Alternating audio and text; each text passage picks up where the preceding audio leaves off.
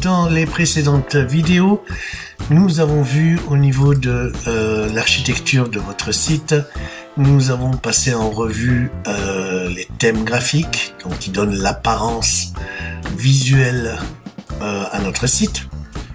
Et nous avons vu la partie extension, quelle extension installer.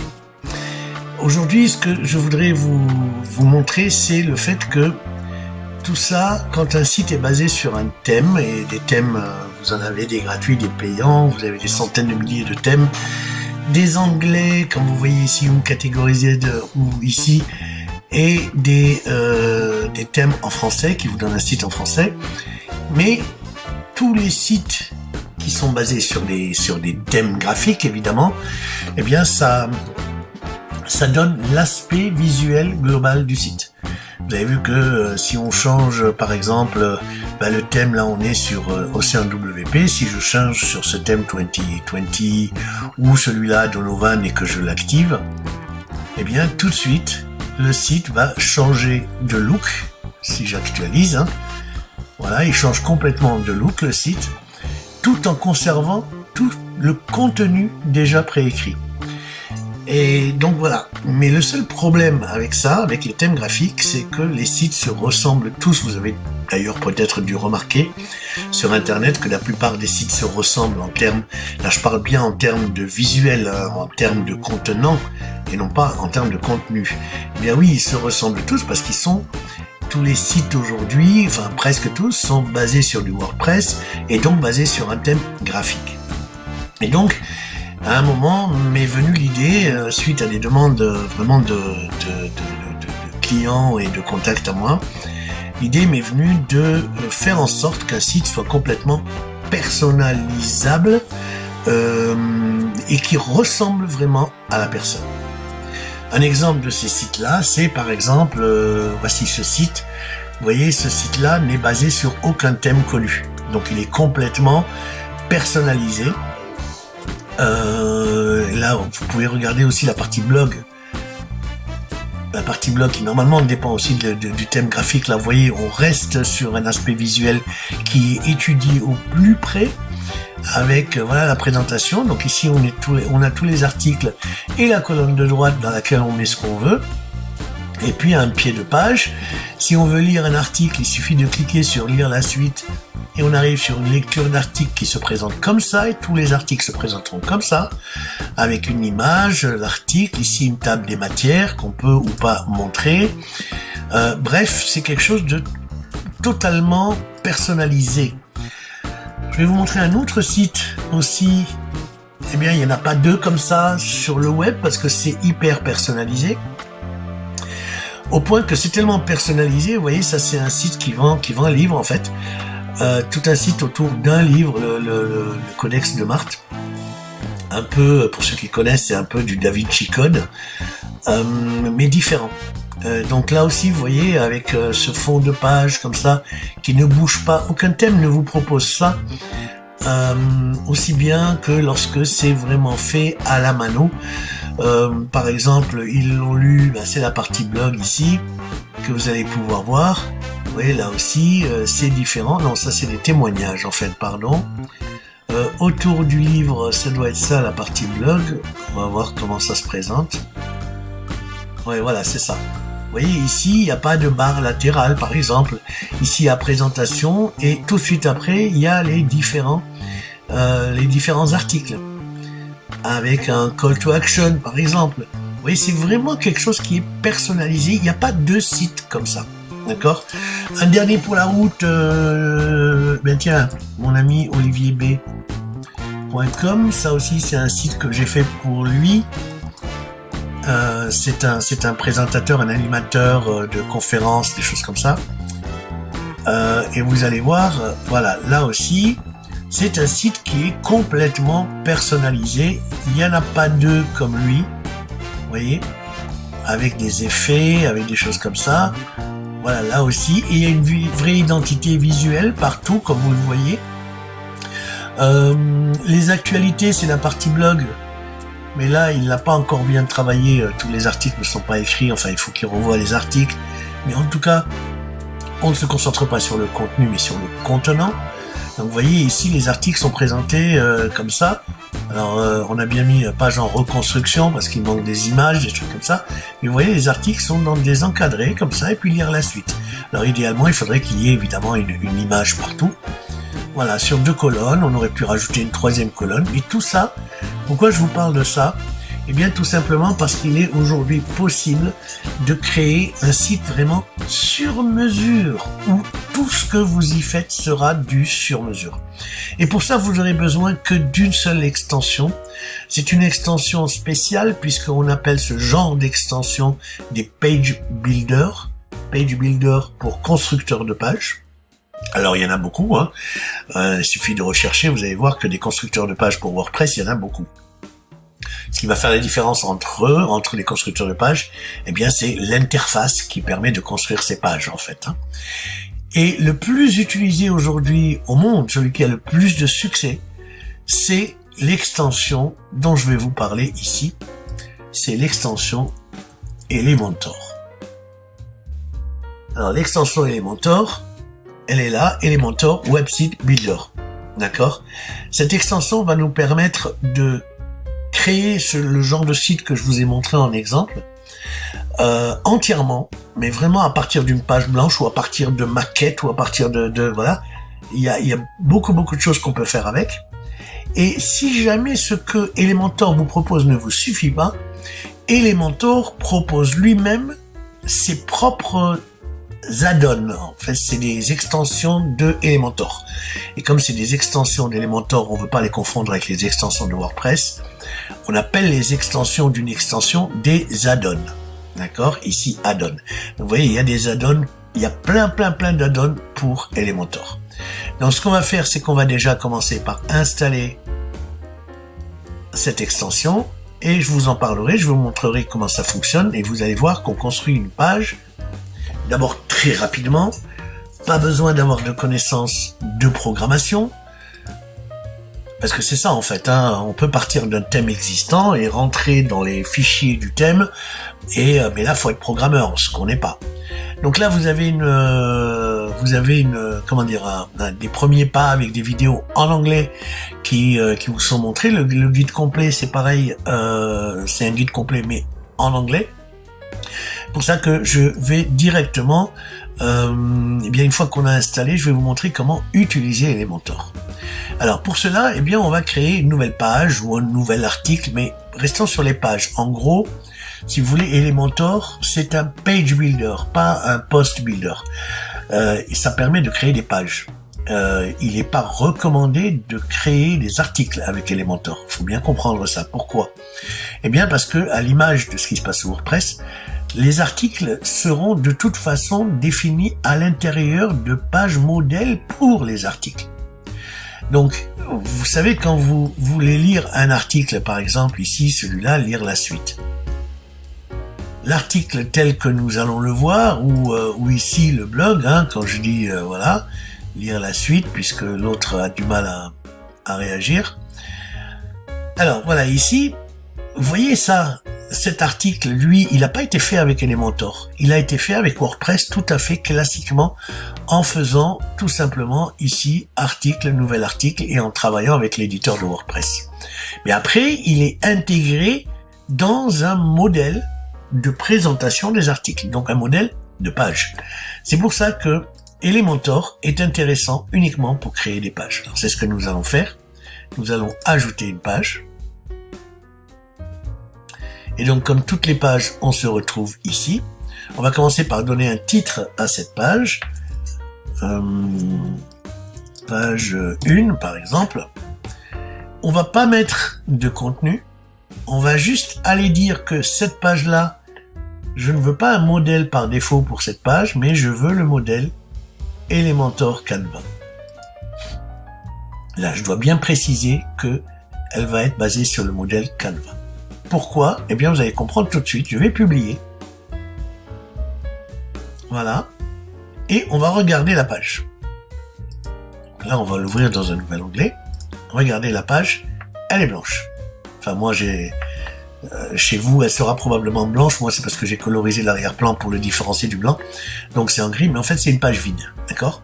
Par contre, regardez la différence, c'est que si le modèle, je me le remets en modèle par défaut, donc du coup là, le modèle, c'est le modèle par défaut, c'est-à-dire le modèle du thème graphique installé. Donc là, si je fais mettre à jour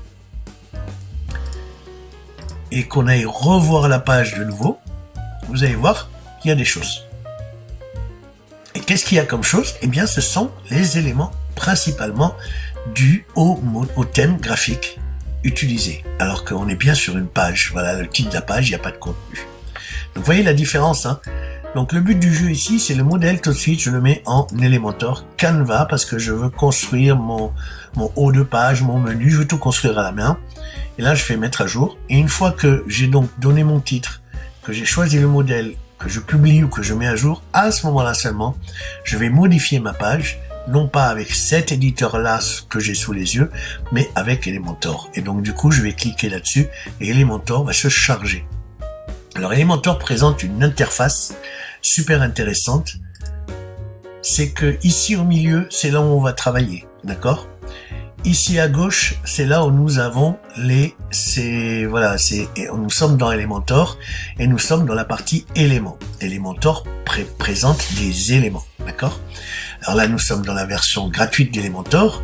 À un moment ou un autre, il faudra passer par la version pro qui coûte à peu près 60 € par an. Si vous voulez faire des choses bien, mais ça, on en parle dans une formation que j'ai à ce sujet. À un moment ou un autre, vous serez plus ou moins contraint de passer par la version pro. Mais bon, après, 60 € par an, c'est pas non plus quelque chose qui devrait vous ruiner. Alors, comment ça se passe? Comment ça se travaille? Eh bien, ici, déjà, on voit qu'on a deux icônes. Un icône avec un plus et un icône qui nous permet ici d'accéder à un dossier et notamment aux modèles. Alors, qu'est-ce que c'est que les modèles? Eh bien, à l'image des thèmes graphiques sous WordPress, Elementor propose aussi ses propres modèles de pages.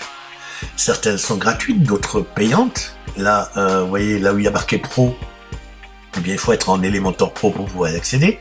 Mais sinon, déjà dans les gratuites, il y a pas mal de choses. Imaginez que, voilà, vous pouvez prévisualiser ici, en faisant plus, vous pouvez prévisualiser un modèle ou l'insérer. Si je prévisualise le modèle, ben là, j'ai pas grand chose. Parce que, en fait, pour l'instant, alors, on va prendre un modèle et on va l'insérer directement. Ah, il faut se connecter à la bibliothèque de modèles. Ok, oui, ça c'est vrai qu'il faut se connecter. Mais écoutez, on va se connecter. Accéder à ce modèle et à l'ensemble de notre bibliothèque en créant un compte personnel gratuit. D'accord? Donc là, rien à payer. Donc là, on va le faire. On se connecte donc sur le site My Elementor et on nous demande de nous connecter. Alors là, je vais juste changer d'utilisateur. Voilà. Et là, si vous êtes nouveau, ben, vous créez un compte. Hein. Moi, c'est déjà fait. Non, je vais le faire avec vous, tiens. Créer un compte, voilà. Et donc là, vous donnez votre adresse email.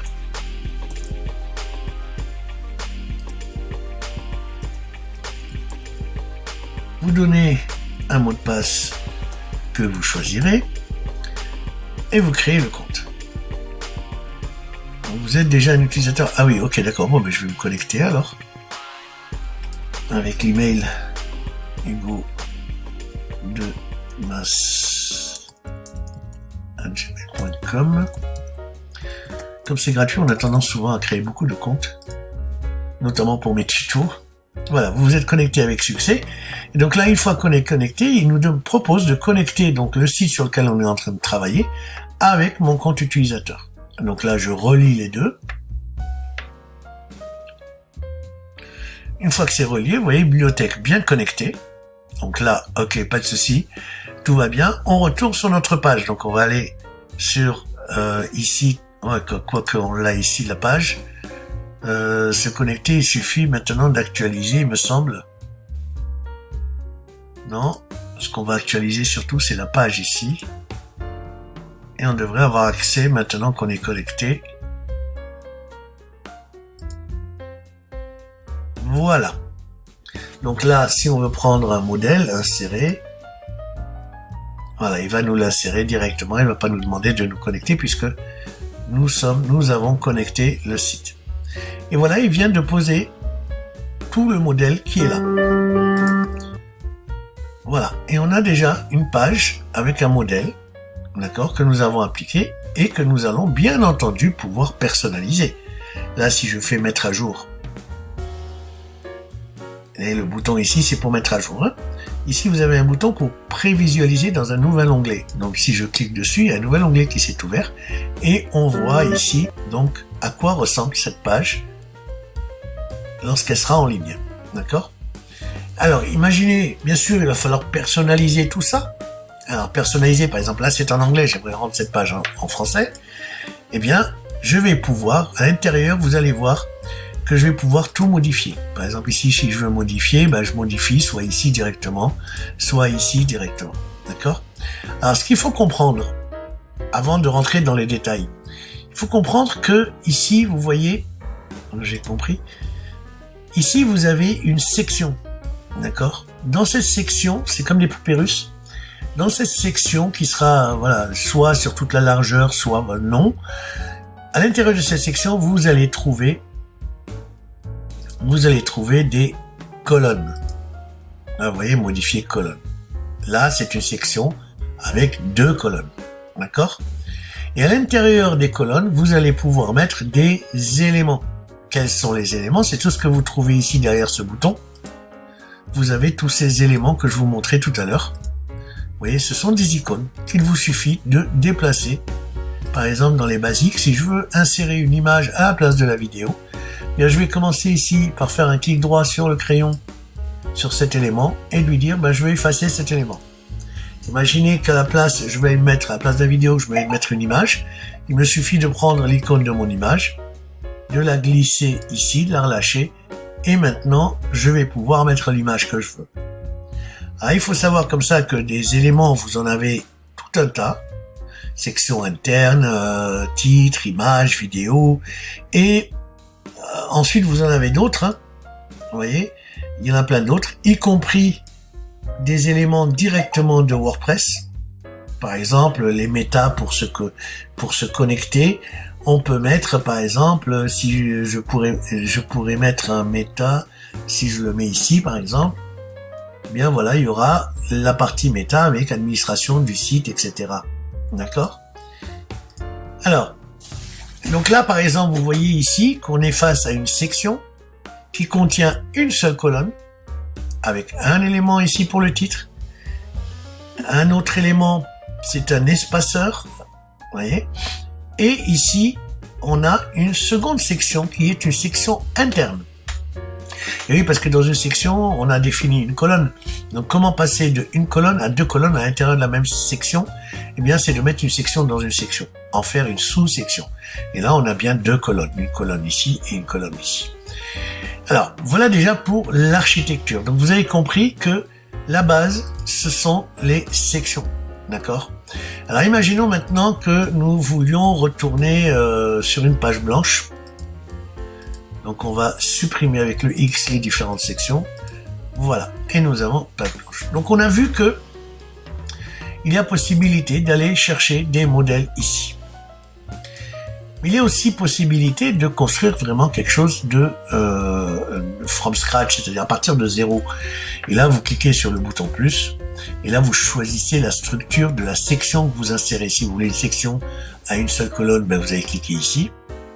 Voilà, on a la section ici avec une seule colonne. On peut donner une couleur à la section. Alors, chaque élément que vous mettez sur cette page, que ce soit une section, une colonne ou un élément, peut être colorisé. D'accord ? Vous allez voir que chaque élément de cette page-là, il suffit de cliquer dessus pour accéder aux paramètres, en l'occurrence de la section. Il y a généralement 3 paramètres. Un paramètre de mise en page, un paramètre pour styliser l'élément et un paramètre avancé. C'est dans les styles qu'on va trouver la colorisation. Là, vous voyez arrière-plan. Vous voyez, il y a plusieurs éléments. Hein. Vous cherchez arrière-plan. Type d'arrière-plan, on va prendre classique. Et là, couleur, on va pouvoir cliquer dessus et aller choisir une couleur d'arrière-plan. D'accord ? Mettons qu'on veuille du blanc. Voilà, je clique sur le blanc, je clique ailleurs et la couleur blanche est là. Et donc, ma section est devenue blanche. Ok ? Alors, on a dit une section, si je veux maintenant mettre une section de trois colonnes par exemple, bien je vais ajouter une nouvelle section ici, je vais prendre 3 colonnes. D'accord? Et pareil, ces 3 colonnes, vous voyez 3 petits plus ici, parce que 1, 2, 3 colonnes. Pareil ici, si je vais la coloriser en blanc, vous devriez savoir faire maintenant. Voilà. Voilà ma page. Imaginez qu'ici, eh bien, maintenant, je peux mettre dans la première section, on va mettre le grand titre. D'accord? Je vais donc aller ici dans le damier pour retourner sur les différents éléments que me propose Elementor. Et là, je vais prendre un titre. Et ici, c'est pareil, j'ai un élément maintenant. D'accord? Quand je clique sur cet élément, j'ai les paramètres de cet élément qui sont à gauche. Notamment, par exemple, ajouter un titre ici. On va mettre mon premier titre. Et vous voyez que ça se met à jour tout de suite ici. D'accord? Alors, ce titre-là, il peut être cliquable. D'accord? Si c'est par exemple l'accueil, eh bien, vous allez pouvoir coller votre lien ici. Ok? Ensuite, ici, vous avez le formatage de votre titre. Soit c'est un titre général si le page n'a qu'un, il faut toujours un seul titre général et ça sera le H1 par exemple, hein, même si le H1 est souvent réservé. Je vous expliquerai ça plus en détail dans une autre formation. Mais en général ici, c'est du H2 au minimum. Ensuite on peut aussi dire, ben non, puisque je peux tout styliser ici, je peux dire que ben non, finalement, pour l'instant le référencement, je m'en inquiète pas, je le ferai après, je mets tout en paragraphe. Et là, si vous mettez les paragraphes, évidemment, ça prend le style paragraphe. Maintenant, on va essayer de styliser un peu tout ça. Alors déjà l'alignement aussi ici, hein, c'est un titre principal, donc on va le centrer. Et maintenant, on va styliser cet élément. D'accord? Par exemple, la couleur du texte, vous voyez que c'est du bleu. Ben, imaginez qu'on veuille un bleu plus foncé, voilà, comme ça, un peu. Ok. Ensuite, la typographie. Et ça, c'est important parce que c'est là qu'on va jouer sur la taille. Et pas seulement sur la taille, mais sur la famille de caractères aussi. Vous voyez qu'ici, on est en Roboto. Vous avez toutes les familles du web qui sont au début. Voilà, par défaut, les systèmes Arial, Tahoma, Helvetica, etc. Et très vite en dessous, vous avez ici, à partir de là, les polices Google. D'accord? Et là, vous avez toutes les polices Google. Avec un avantage, c'est que vous avez une prévisualisation de comment sera la police. Si je prends par exemple Actor, qui me semble bien, voilà, la police est changée en Actor. Ensuite, la taille. La taille, c'est un curseur. Je peux travailler avec un curseur. Ou je peux travailler directement ici avec des flèches. Ajouter, vraiment travailler au pixel près.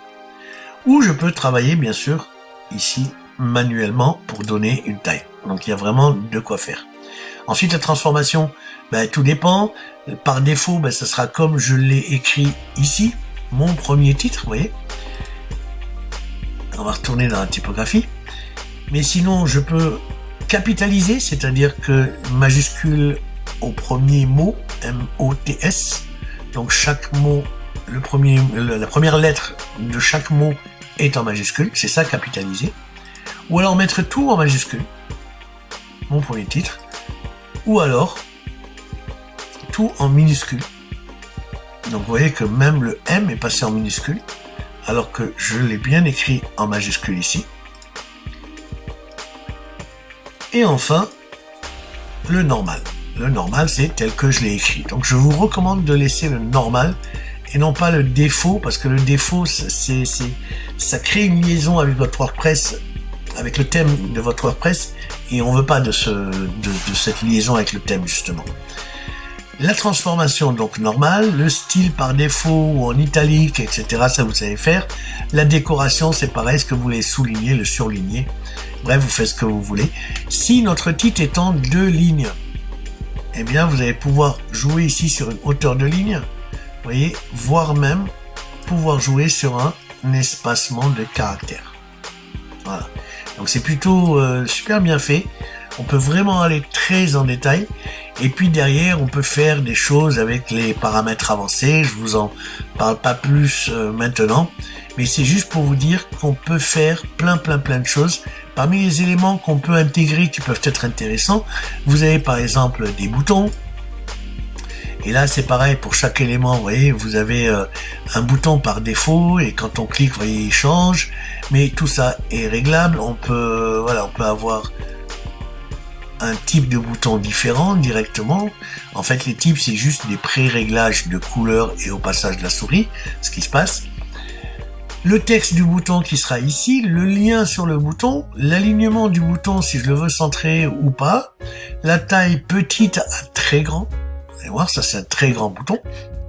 L'espacement de l'icône. Alors l'espacement de l'icône, il faut déjà un icône. Ici, vous avez la possibilité d'avoir des icônes.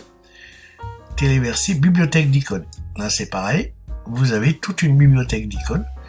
Imaginez qu'on prenne, je sais pas, celui-là, et on insère. Vous voyez qu'il y a une icône avant le cliquer ici. Là, l'icône, on peut le mettre après. Vous voyez? Et on peut espacer l'icône du texte en jouant sur cet espacement. Et tout ça, c'est juste pour le bouton. Après, il y a le côté style du bouton et notamment si on est en par défaut, voilà, c'est là qu'on va pouvoir régler. Ce vert-là, il nous plaît ou il nous plaît pas, on passe en orangé par exemple, hein, avec pas du rouge mais du blanc en couleur de texte, donc je vais mettre du blanc. Voilà, et puis je veux que quand on survole, le blanc reste blanc mais que l'orange se change en vert. Et ben ça c'est au survol. Donc je vais être ici au survol, je vais garder le blanc.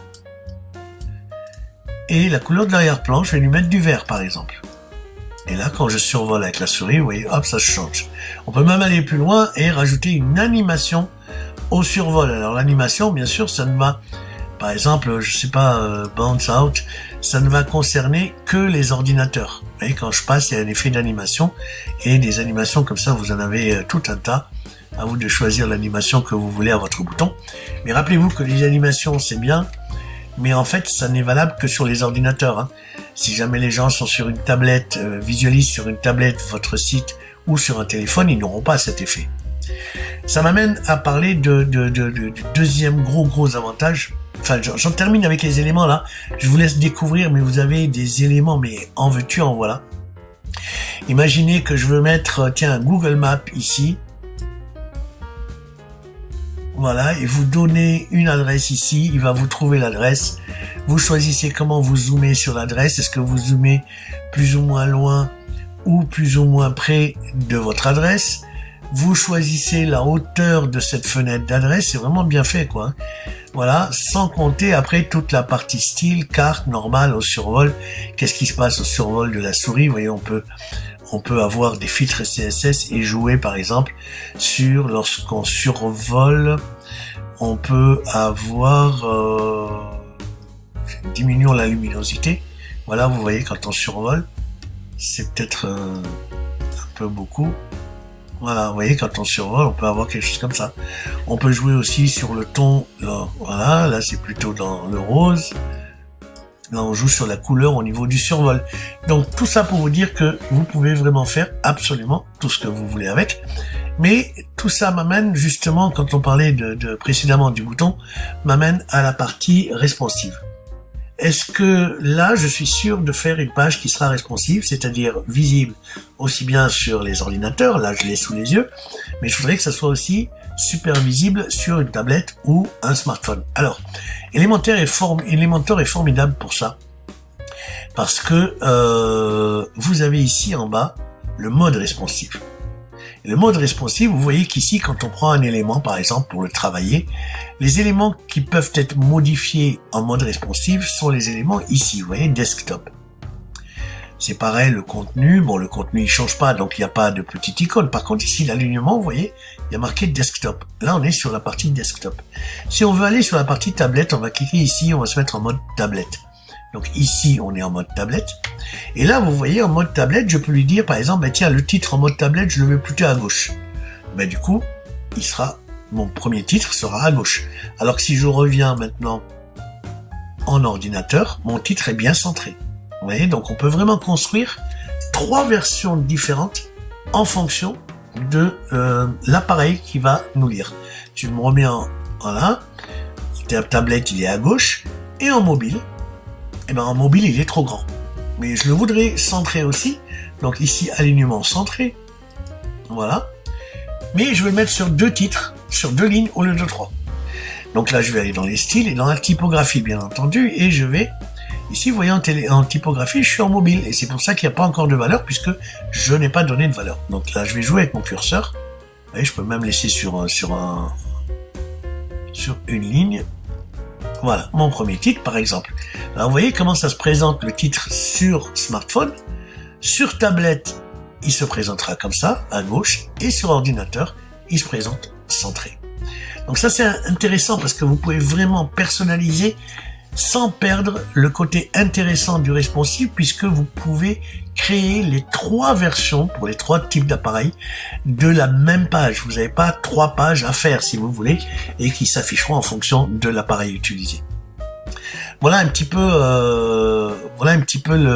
ce que je voulais vous dire sur cette extension. Une fois que vous êtes prêt, vous faites mettre à jour. Et une fois que c'est à jour, là on a mis à jour la partie Elementor. Et donc du coup maintenant on va quitter Elementor. Comment est-ce qu'on quitte Elementor? Ici, on va tout simplement revenir à l'éditeur WordPress. Et là nous revoilà donc dans WordPress.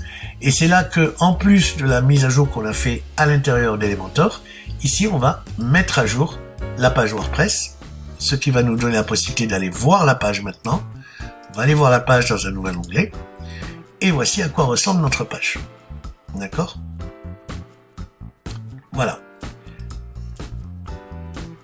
Donc, tout ça, extension Elementor. D'accord?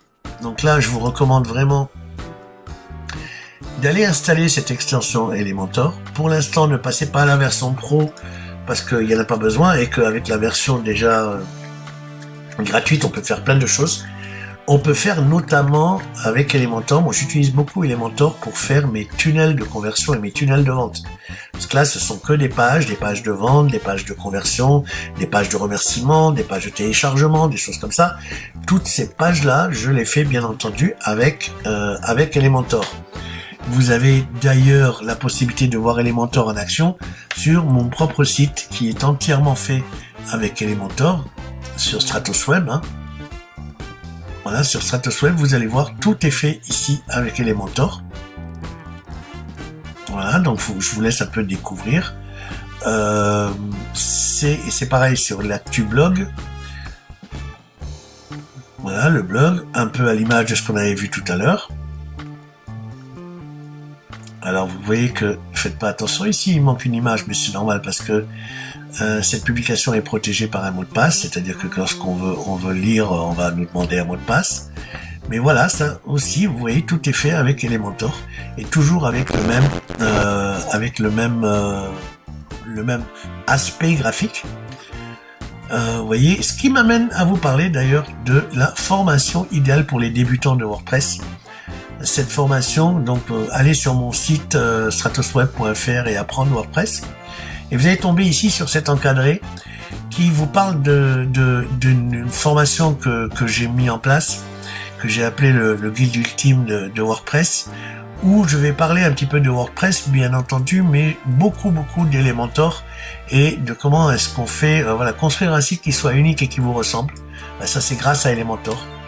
Savoir mettre en place des pages et du contenu et savoir monétiser votre site. En gros, vous voyez, avec cette formation-là, j'ai essayé d'être le plus synthétique possible pour aller à l'essentiel. C'est, pour moi, le challenge à relever, c'était que vous puissiez faire vous-même un site tel que les sites que je vous ai montrés en exemple, tel que celui-là, Épanouie Féminine, tel que celui-là, tel que le Codex de Marthe, ou d'autres encore que je pourrais vous citer. Par exemple, le terroir du Normand, par exemple. C'est un site qui est en cours de retravailler aussi. Donc là, c'est le site de Jean-Claude. Et donc c'est sa Normandie où nous venons d'avoir mis une boutique chez lui. Vous voyez, par exemple, là, il a changé l'image de fond. Là, bon, c'est pas grave. Là, il y a vraiment une boutique où lorsque vous cliquez sur le bouton, vous pouvez aller commander directement chez le vendeur. Et bien sûr, il touchera une petite commission sur la vente. Regardez, si vous allez là on est sur le terroir du Normand, mais si je commande, ici je me retrouve sur bienmanger.com, vous voyez. Donc là, en fait, j'en parle aussi un petit peu dans la partie monétisation de la formation. Ça, c'est une boutique qui génère des revenus grâce uniquement à l'affiliation en vendant des produits qui ne sont pas à lui, donc il ne gère pas de stock, il n'a rien à gérer, hormis de promotionner son propre lien, et il est commissionné sur chaque vente qui se fait sur sa boutique. Donc voilà un petit peu, je vous rappelle donc comment accéder à cette formation. Vous allez sur stratosweb.fr. À partir de là, vous allez voir dans le menu ici, apprendre WordPress. Et là, vous allez découvrir la formation. Si vous cliquez dessus, vous allez tomber vraiment sur une page qui présente en détail la formation et notamment son contenu. Vous voyez, donc là, vous voyez, dès le module 1, on parle de l'extension Elementor. Ensuite, je vous parle, et puis je vous en ai parlé un peu, je parle de RGPD, de la légalité, etc. Ça, c'est super important si vous devez faire du business avec votre site. La page contact, d'accord ? La page contact, c'est important. Je vous expliquerai pourquoi. Je me rends compte que j'ai fait une erreur ici d'en présenter d'une certaine façon. Ensuite, allez plus loin avec WordPress, les menus, les modèles, création des pages et d'articles, création d'un thème graphique. Alors oui, ça c'était cerise sur le gâteau. C'est que grâce à Elementor, vous pouvez créer votre propre thème graphique. Et ça c'est génial.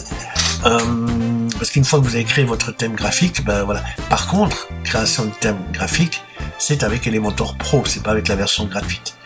Et ensuite, je vous donne un module de référencement. Dans le module 5, je vous explique comment bien référencer vos contenus. Je vous rappelle que je suis expert en référencement, expert certifié. Donc là, je sais un peu de quoi je parle. C'est une formation qui vous avez plus de 3 heures de vidéo avec une partie explicative en texte. Et surtout, vous avez un bonus offert, voilà, une présentation. Ça, c'est le bonus. Et surtout, vous allez avoir une offre de lancement à 97 € au lieu de 194. Je vous recommande d'en profiter. Et des témoignages, voilà, vous avez accès comme ça à ma page de vente. Je vous laisse découvrir cette page de vente, cette formation, et je vous dis probablement de l'autre côté, à bientôt.